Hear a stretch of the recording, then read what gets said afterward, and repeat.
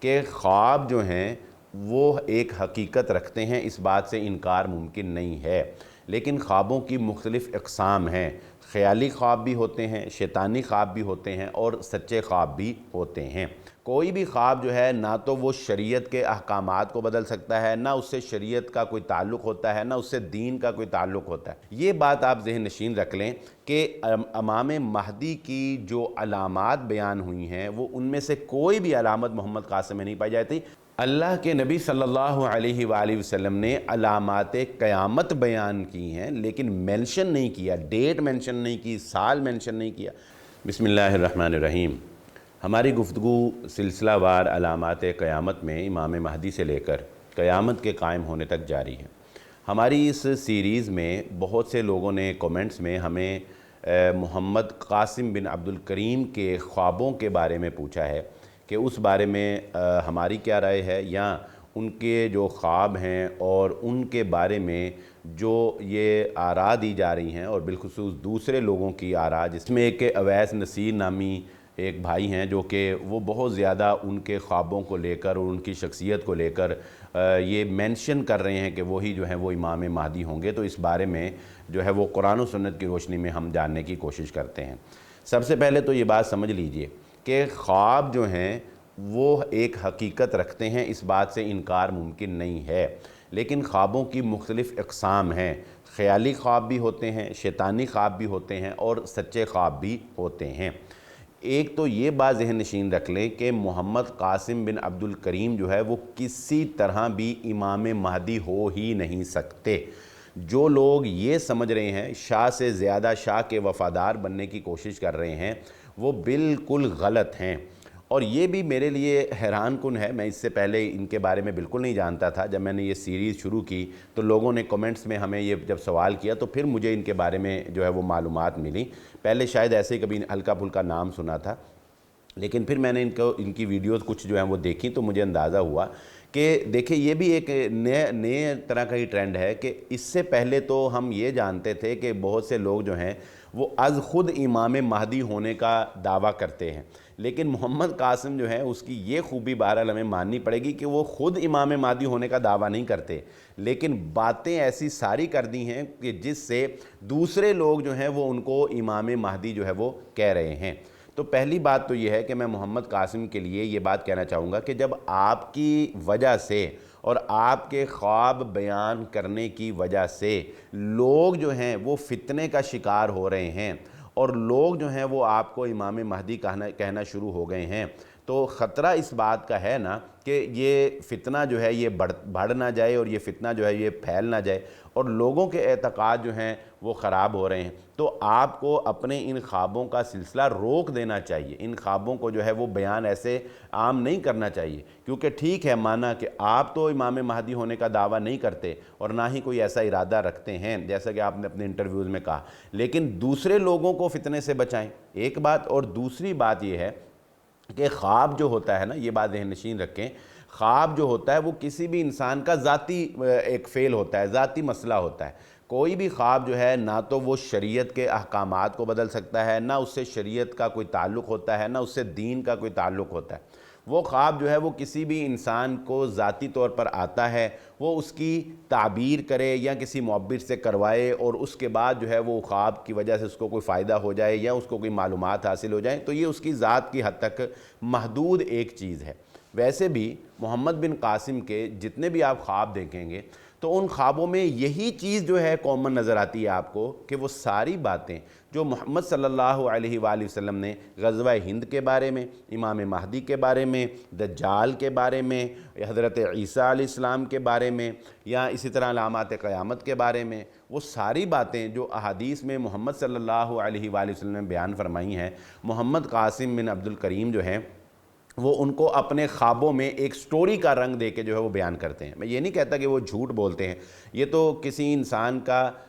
جج کرنا ہمارے لیے ممکن ہی نہیں ہے کہ وہ خوابوں میں دیکھ رہا ہے یا وہ جھوٹ بول رہا ہے۔ بہرحال نبی صلی اللہ علیہ وآلہ وسلم کی زیارت کا بھی انہوں نے کہا ہے کہ نبی صلی اللہ علیہ وسلم کی ان کو زیارت نہ صرف ہوئی بلکہ ہوتی ہے اور بار بار ہوتی ہے، اور صحابہ کی ہوتی ہے اور انبیاء کی ہوتی ہے۔ بہرحال اللہ کے نبی صلی اللہ علیہ وآلہ وسلم کی زیارت کا ہونا یہ ایک بہت بڑی جو ہے وہ خوش نصیبی ہے۔ میں یہاں محمد قاسم کو یہ نصیحت بھی کروں گا کہ اگر آپ کو خواب میں نبی صلی اللہ علیہ وسلم کی زیارت ہوئی ہے تو آپ نے ان کا چہرہ مبارک دیکھا ہوگا، آپ نے اس کے مطابق احادیث کو پڑھا ہوگا کہ جو احادیث میں نبی صلی اللہ علیہ وسلم کا چہرہ مبارک اور حلیہ مبارک ہے، اگر ویسا ہی وہ دیکھا ہے تو پھر آپ کو بھی اپنے چہرے کو اللہ کے نبی صلی اللہ علیہ وآلہ وسلم کے چہرے کے مطابق بنانا چاہیے۔ سب سے پہلا کام تو آپ یہ کریں کہ اپنے چہرے کو جو ہے وہ سنت رسول صلی اللہ علیہ وآلہ وسلم سے سجائیں۔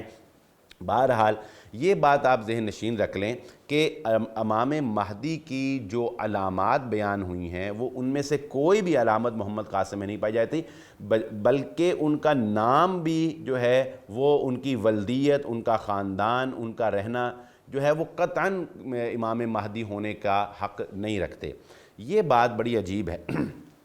اس پر میں وضاحت کرنا چاہوں گا کہ دیکھیں یہ ہماری پوری سیریز ہے، ہم اس پہ ابھی گفتگو چل بھی رہی ہے اور پیچھے ہم نے بہت سی باتیں حدیث کی روشنی میں بیان کی ہیں، آپ وہ سن سکتے ہیں۔ امام مہدی ہونے کا دعویٰ کرنا یا امام مہدی کسی کے بارے میں کہنا، یہ احادیث کے صریح مخالفت ہے۔ کیوں؟ اس لیے کہ رسول اللہ صلی اللہ علیہ وآلہ وسلم نے جو علامات امام مہدی کی بیان کی ہیں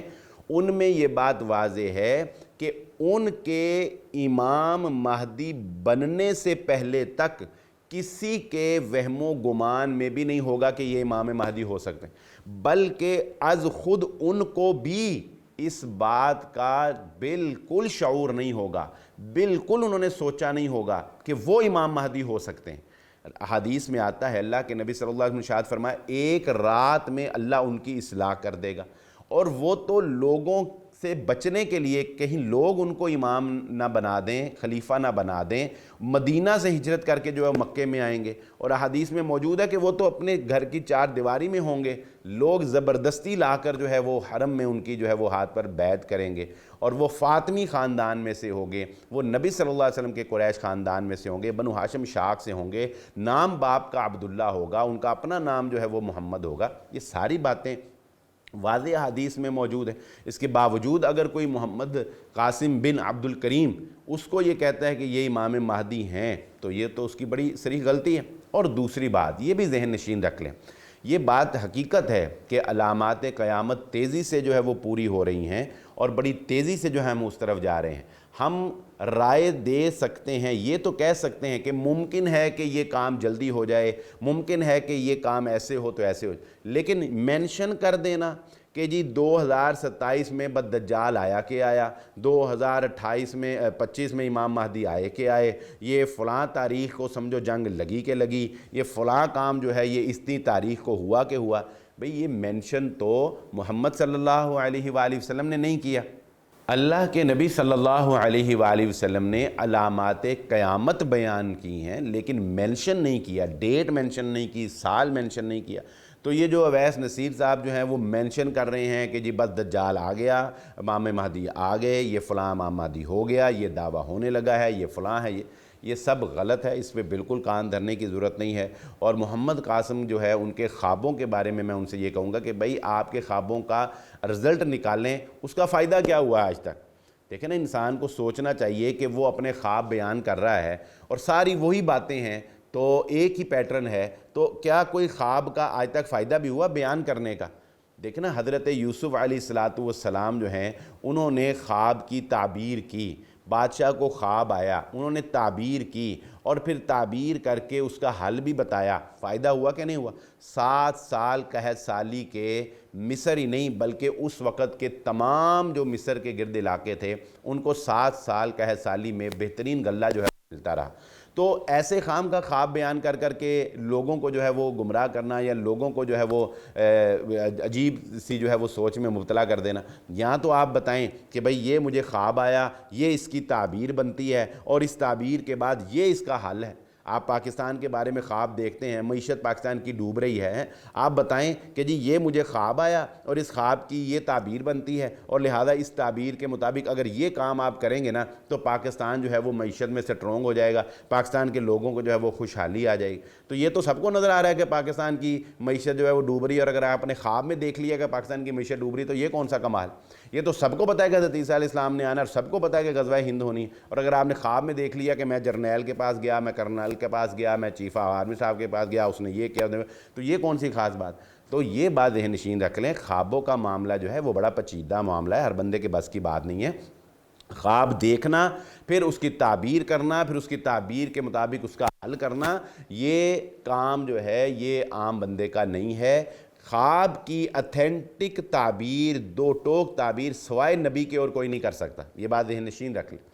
جائیں کسی عالم سے پوچھ لیں، کسی مفتی سے پوچھ لیں میری ادنا سی طالب علم کی بات کو، کہ خواب کی جو تعبیر ہوتی ہے نا وہ 100% کہ جو خواب دیکھا ہے یہی اس کی تعبیر ہے، وہ 100% تعبیر جو ہے وہ سوائے نبیوں کے اور کوئی نہیں کر سکتا۔ کیوں؟ اس لیے کہ خواب ایک اللہ کی طرف سے دکھائے جانے والا غیبی معاملہ ہے، اور اس کی تعبیر اللہ ہی غیبی مدد کے ذریعے سے نبیوں کو وحی کے ذریعے سے بتا دیتے ہیں، اور نبی جو ہے وہ دو ٹوک بتا سکتے ہیں، اور پھر اس کا حل بھی جو ہے وہ نبی ہی بہتر بتا سکتے ہیں۔ اس کے علاوہ کوئی بڑے سے بڑا عالم، صحابی سے بڑا تو کوئی نہیں نہ ہو سکتا ہم کہتے ہیں، تو صحابی بھی جو ہیں وہ بھی 100% خواب کی تعبیر نہیں بتا سکتے۔ ہاں وہ بھی اپنے علم کی بنیاد کے اوپر، اپنے تقوی کی بنیاد کے اوپر ایک رائے دے سکتے ہیں کہ یہ خواب دیکھا ہے، قرآن کی آیت احادیث میں یہ اس طرح سے ہے، یہ اس طرح سے ہے، لہذا یہ جو ہے اس کی تعبیر ہو سکتی ہے۔ ابن سیرین جو کہ ماہر ہیں اس میں،